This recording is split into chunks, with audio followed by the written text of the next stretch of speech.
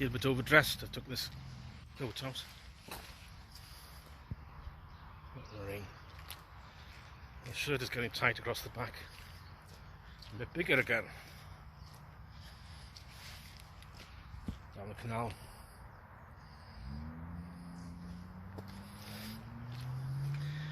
We live in a police state, as if I haven't told you that before. Mahyar Tousi. His mother fled the Iranian regime after 1979, when the contact lens searchers, the mad mullahs, took over, overthrew the Shah. She came to London, and soon after her husband came over, because mullahs made life very difficult, because they opposed mullahs and their Islamism and all the other things that they got up to. So when they're over, Mahyar Tousi, he was born in the UK, in London. Went to school in London, went to university in the UK. He's Persian, that's what he describes himself as, and he's also British. He's a very, very patriotic Brit. He's also very proud of his Persian heritage. I mean, who wouldn't be really if he were? The women are stunning and they're damn smart. There's a big difference. Always remember the difference between the Persians and certainly Iranians, and certainly the Iranians who support the IRGC, Iranian Revolutionary Guard, and the Mad Mullahs. Strip out Islam out of Iran and you'd get Persians again. And it's interesting that there's been a big increase in church attendances in Iran, now called Iran, the Islamic Republic of Iran. There's a riposte against mullahs and Islam. So Christianity is on the ascendance there. Anyway, he's a very proud Brit. He's a journalist, citizen journalist essentially, investigative journalist. He has his own platform, Tousi.tv, TOUSI.tv. He also publishes on X as well. And he's very friendly with people like Douglas Carswell, Dan Hannan, Alison Pearson. He's been interviewed by Peter Whittle on the New Culture Forum YouTube channel several times, and he goes into his story. So he's very well known.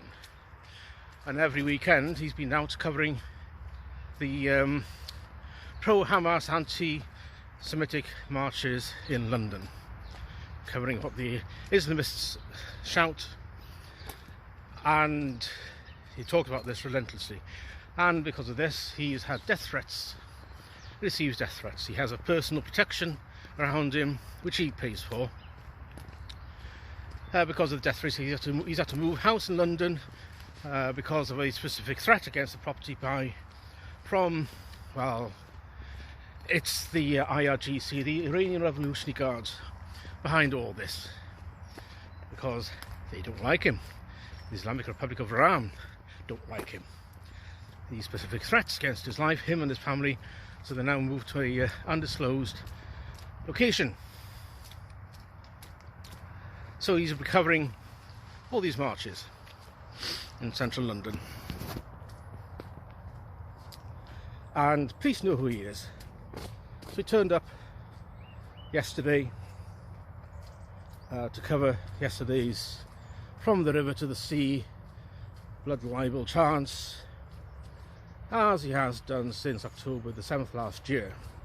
He knows the inside story of all this, and he knows what goes on, what they say, what it all means, who are the actors. So when he turned up, also remember there are people around him who people like Paz 49, there's Reverend Simon Sideways and others. They know him, so they get to see what goes on. They also film him filming demonstrators, and also they film demonstrations as well. This is all covered. So he's in the midst. So when he turned up yesterday, police were overheard to say, Tousi is here. He's here. Watch him. As in, go and watch him. And he was told by police yesterday, you need to come down to the station on Monday, and it's likely you will be arrested. He was allegedly told that he was conducting journalism while not being part of the union. In other words, he's outside the NUJ.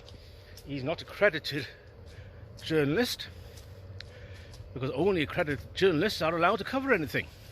Certainly anything like that, because accredited journalists and the mainstream media are the only ones who the government will trust to say the approved narrative. And we can't have anyone saying anything else, can we? Remember what Elon Musk said on X. We are all journalists. Mahyar Tousi is. But no, you have to be approved. And if you have a message that goes against the approved message, if you're not in the mainstream media, and you're telling what the government, police don't want people to hear, even though it goes on, you're in the firing line, aren't you? Or in the arrest line. So, that's the excuse. They was told, and that is on the suspicion of he posted certain jokes on social media. Translation: criticising Islamists, criticising the spread, and we're joking about the spread of a certain demographic and their attitudes and all this sort of thing. Also, there are certain protected people and groups, and they must not be offended at all. He's an ex-Muslim. He left many years ago. He's now converting to Catholicism because he got engaged a few days ago to a very charming and beautiful British woman. So they're getting married. She's a Catholic, I believe, so he's converting to Catholicism to marry in her church. Yeah, he's a great lad. This is what happened in the Soviet Union. In the 1970s, I forget their names, a couple, Russian couple, journalists, independent journalists, investigative journalists, just like Mahyar Tousi, you know, if they were around now, they would have their own YouTube channel, they would have their own profile on X, they'd have their own website. They're doing exactly what Tousi does. They were obviously in the 1970s, it was all on typewriters. So, I forget the names. They collected an awful lot of information. They set up their own press in St. Petersburg. They published articles. They published samizdat, that is underground magazines, which said things that the regime didn't really want to be heard, but they did allow them to be published. So, they also published books on the various Soviet premiers at the time, such as Yuri Andropov, and the history of the Soviet premiers up to Gorbachev. Things got so heated that they were forced out of Russia, rather they fled, because they knew what was going to be happening.